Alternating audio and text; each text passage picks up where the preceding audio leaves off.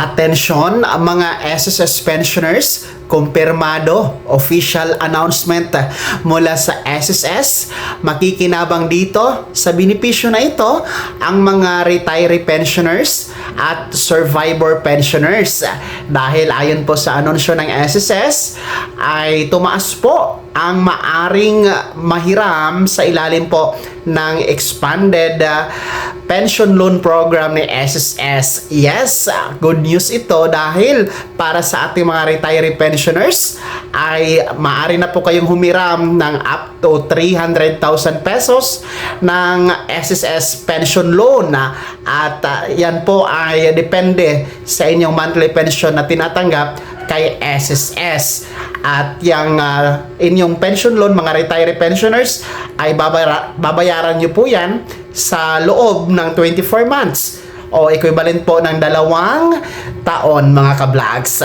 Samantalang ang ating mga survivor pensioners, magandang balita dahil sa wakas, maaari na din po kayong humiram ng pension loan kay SSS dahil kakalunsad nga lang po dito sa pension loan program na para po sa mga survivors. Dati po kasi tanging ang mga retiree pensioners lamang ang maaring humiram sa ilalim ng pension loan ni SSS. Pero kamakailan lang, pwede na, pinatupad na, kumpirmado po ito mula sa SSS at inanunsyo po na maaring humiram ang mga survivor pensioners ng up to 150,000 pesos.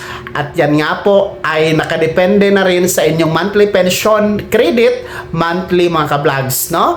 So, depende sa pension ninyo kung magkano ang makukuha ninyo na pension loan, mga survivor pensioners. Basta ang mas malaki dito ay 150,000 pesos.